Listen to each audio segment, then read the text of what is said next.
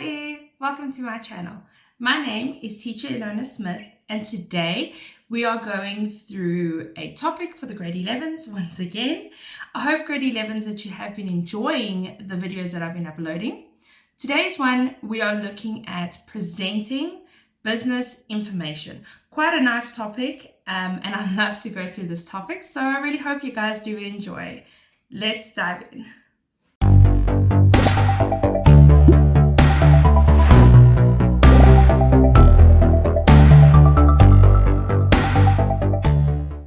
I hope you guys enjoyed today's video.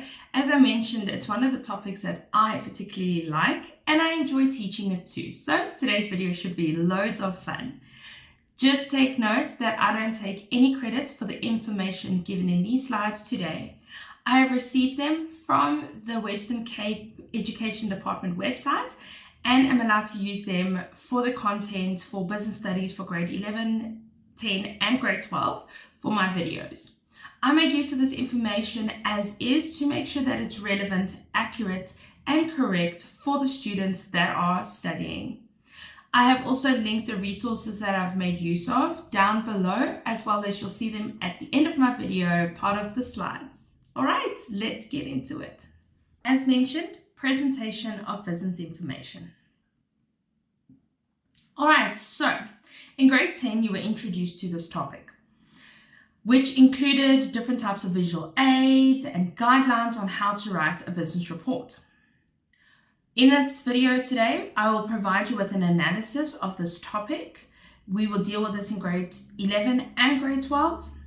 Entrepreneurs need to present their business plans to various stakeholders and potential investors.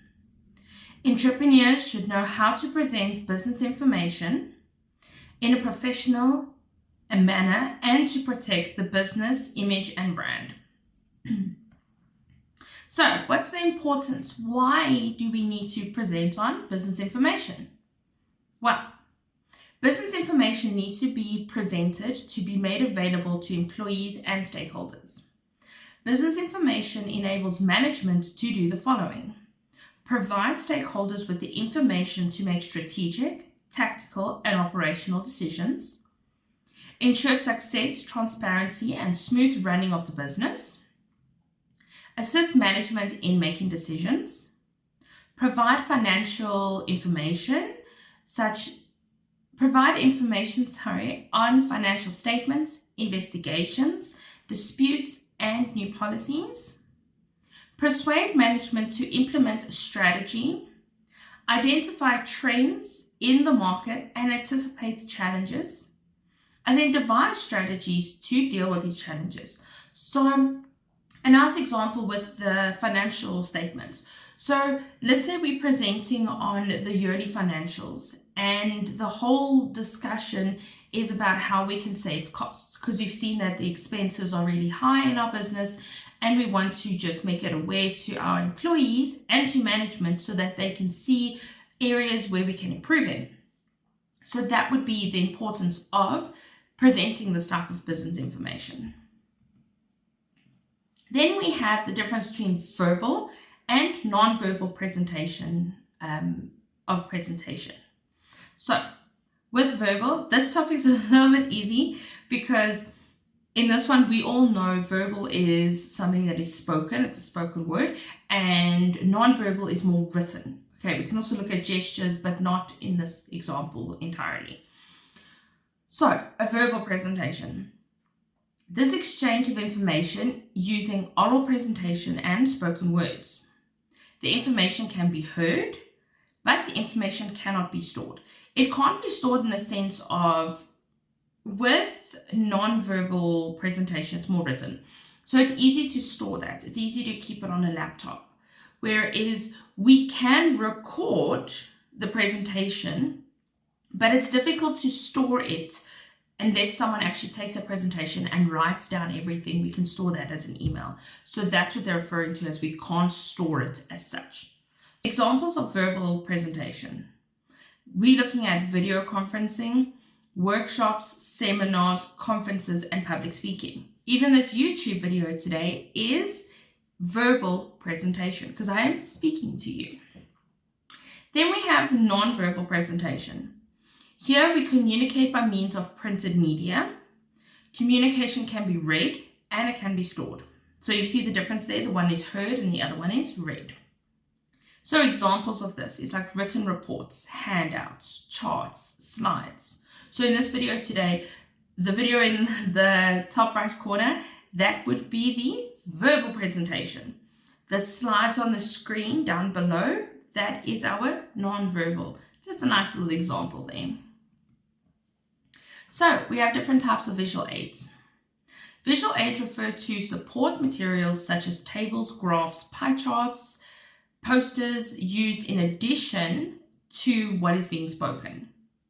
Visual aids help the presenter to provide detailed information about the topic that is being presented, and they make the presentation more interesting to the audience. So I know how to use a lot of visual aids in my videos too, where I've got images and pictures, and I sometimes do have graphs and diagrams. So we're going to look at tables, graphs such as bar, line, and pie charts, flow charts or diagrams, posters, handouts, and transparencies. So tables. This is a set of facts and figures systematically displayed, especially in columns. They are usually used to compare or contrast different things or ideas. Then graphs. They are visual illustrations to provide information in a clear and concise way. It's a two-dimensional drawing showing a relationship between two sets of variables by means of line, curves, or bars. They can be inclusive of the different types of graphs. So we're looking at a line graph, a bar graph, and a pie graph or pie chart. Information in the graphs requires interpretation, and comparison must be made to see the relationship between the different sets of data. So perhaps we want to show the financials for 3 different years, maybe from 2020, 2021, and 2022. We can show that nice as an illustration in the graph. Then diagrams. This is a drawing showing the appearance, structure, and workings of data in a schematic representation. Diagrams and illustrations are used for making verbal descriptions clearer. Right, posters. They are used to advertise something or attract as a reminder of something. They are effective when they are bold and eye-catching. Handouts. This is printed information provided to the audience to accompany a presentation. People attending a verbal presentation prefer to receive the handouts at the end of the presentation to remind them of the key points during the presentation. Even though that bullet point does say that, they can give it out before or during the presentation. It's just saying that people attending prefer it afterwards. Then a data projector. This is a slide projector that is used to display images to an audience. It is usually used for large audiences. Then PowerPoint. This is a collection of pages arranged in a sequence that contains text and images for presenting to an audience. Video clips can provide variety and capture the attention of the audience. Another example, I make use of PowerPoint slides in order to make my YouTube videos. So there's a type of visual aid. Then an interactive whiteboard / smartboard. An interactive display in the format of a whiteboard that reacts to the user's input either directly or through other devices.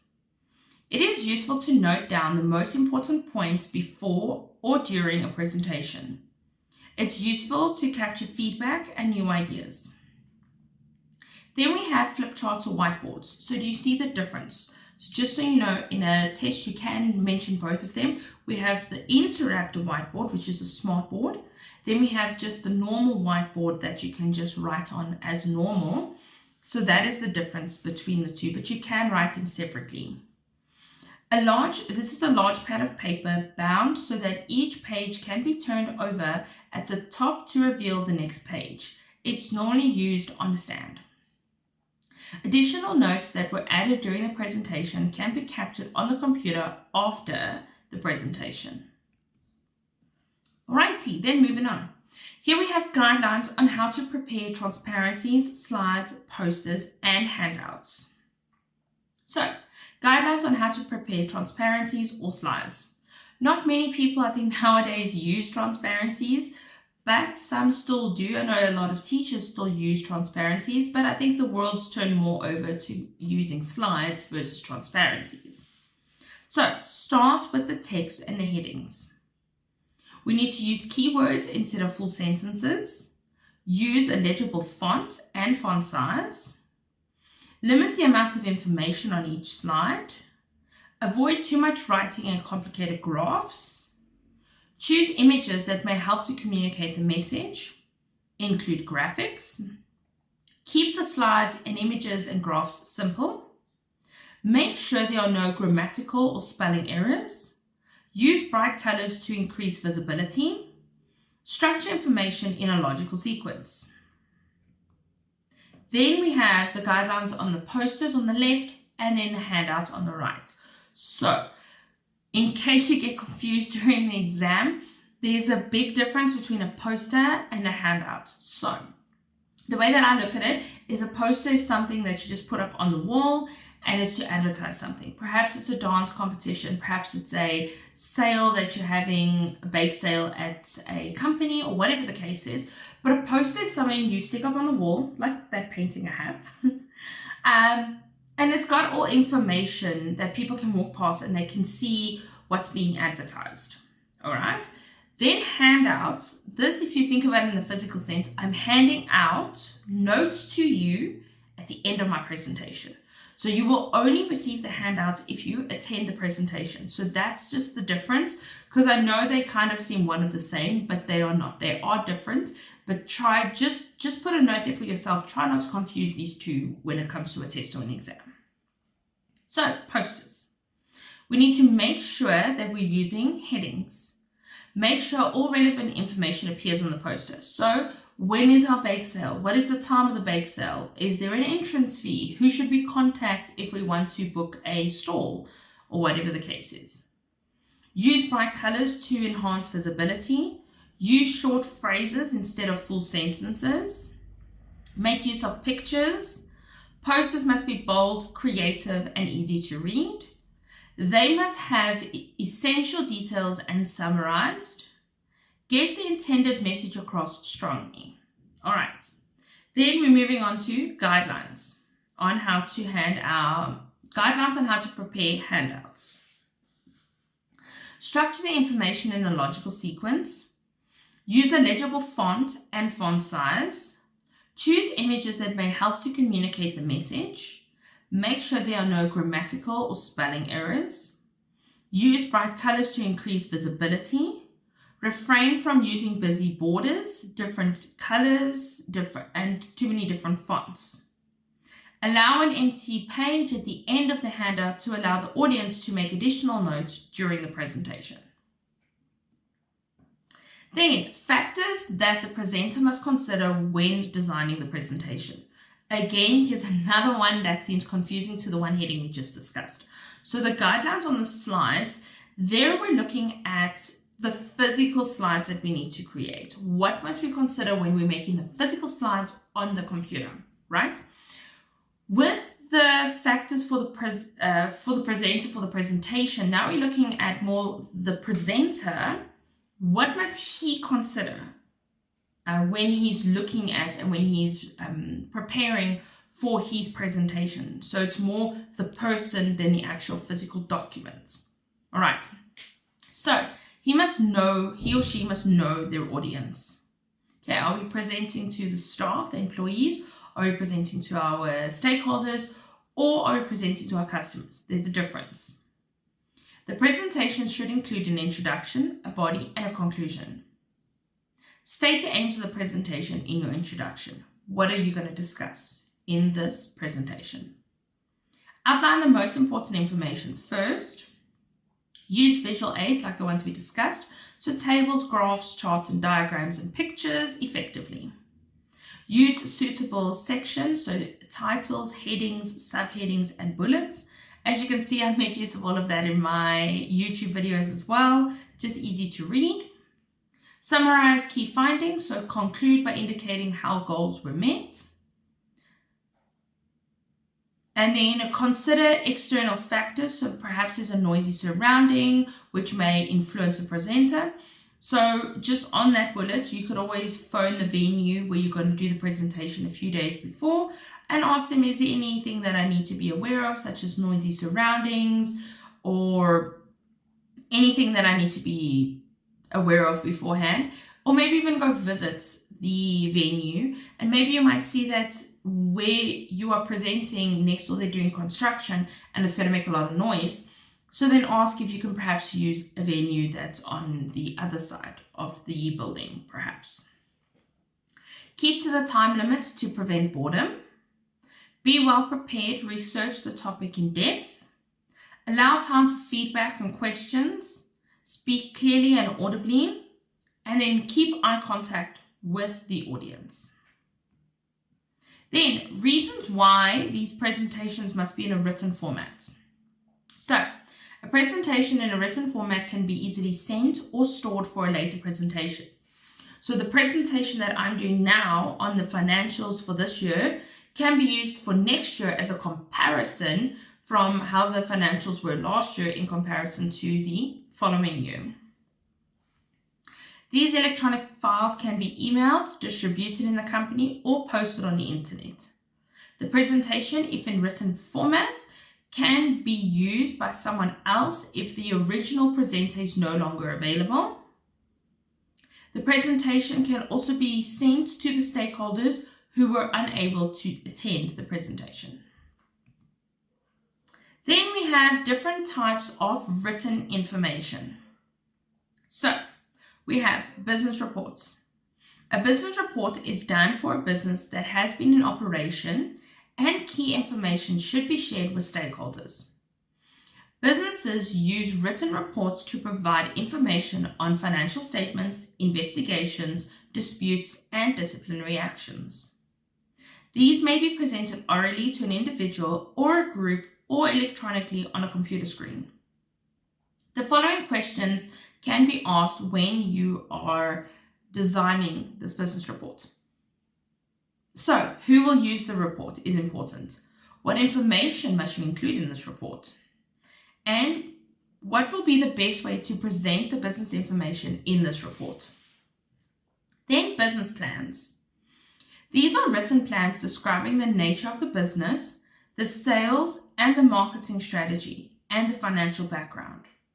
They help to present the business's goals and objectives to all the stakeholders. And then the last one there is business analysis, part of written information. This is a method of investigating all the aspects of a business to assess its prospects. It represents an established business's information and development to all the people in the company. Then steps in report writing. So we need to define the purpose of a report and who will be reading it. Again, this one's a bit of a repeating bullet. We need to be aware of who the reader of the report will be. We need to do research and gather data. I can't be presenting on the fact that our business is harming the environment around us when I don't have any backing and evidence of that.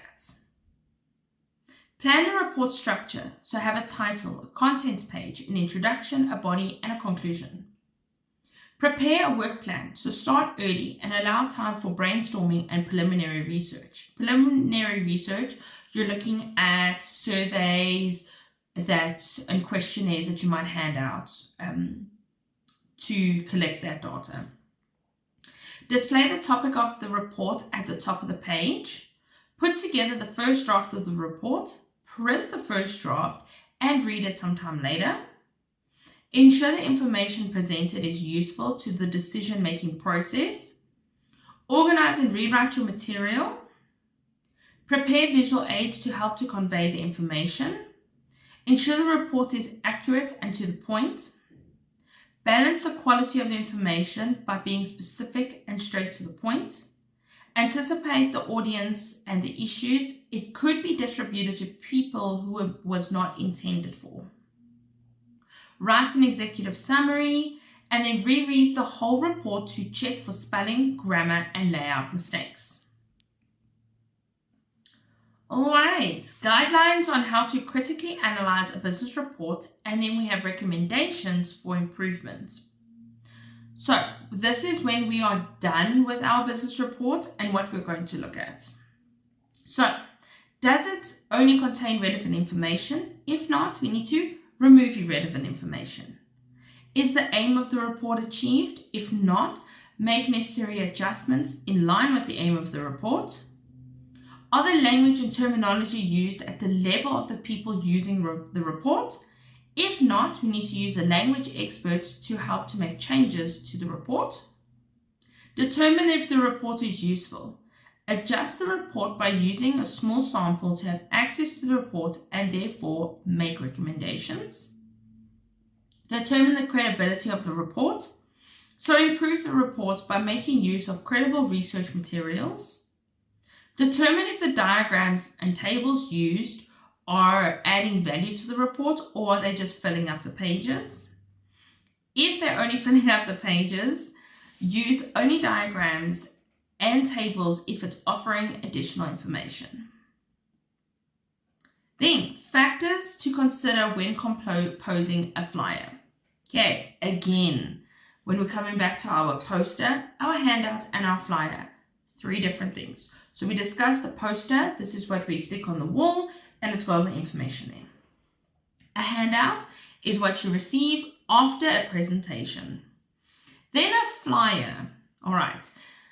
The best way to describe this one for me is if you're sitting at a robot and there's those people that walk past and they're giving out pamphlets for maybe a car wash that has opened, or maybe they're having a sale at one of the restaurants or drive-through restaurants around the area, then they're going to give you a flyer. You could see it as, but just be careful, because I know in business studies you need to use it word for word. It can be seen as almost a pamphlet. Okay, so it differs compared to a presentation because the handout is more notes on the presentation, and you will only receive it if you attend that presentation. A flyer, anybody can receive. If you're walking past, you can collect one. If you're sitting in your car, you can collect one. All right, just make a note there of the 3, because I know in the test and the exam, they might confuse you with the 3 of them. So, composing a flyer. We need to define the purpose of the flyer, the central message of the flyer. So why are we handing this out? Okay, do we want to bring awareness to our business? Do we want to perhaps show that we are presenting a new product launch? Are we giving out a special? Whatever the case is, we need to determine why. What is the purpose? Why are we handing out these flyers? Then we need to write a title that will attract the reader's attention. Use graphics to attract attention. Be creative and use interesting images. Focus on the benefits of the product or the service. Identify points clearly, but don't use too many words. Main details must be in large print, so special or sale in large print. Use text box if the space allows. Check your spelling.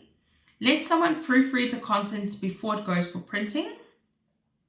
Use bright paper and black text if the budget does not allow for color printing.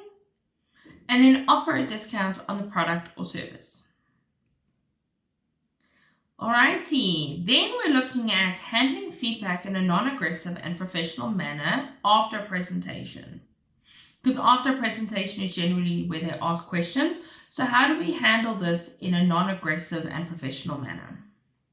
So, note or write down the questions asked to be able to respond correctly.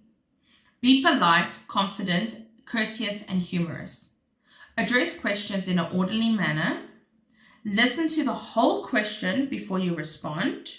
It comes off a bit rude if you're going to stop them halfway through their question.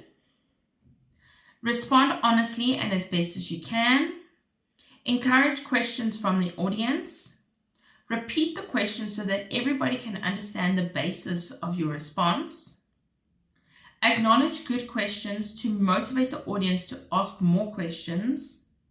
Rephrase questions if you are uncertain, and if you do not know the answer, then rather admit it. Limit question time so that it does not go over the time limit. Remain professional, polite, and calm. Pause and consider your answer before responding. Apologize for the error that you may have made during your presentation. Always address the question and not the person. Okay? Be assertive when answering questions and avoid being aggressive. Do not make a second presentation when answering a question. Alrighty, then nice little recap. So here's a little recap of everything that we have discussed throughout the video. It's nice to just jot down or go through. You can jot it down and write it down, but knowing today's technology, you're more than welcome to take a screenshot as well, because that's also possible. And then here are the resources that I've made use of that I mentioned in the beginning of my video. I just want to say thank you so much for watching my video today. I really appreciate the support on my channel. I know I say this every video, but I really do.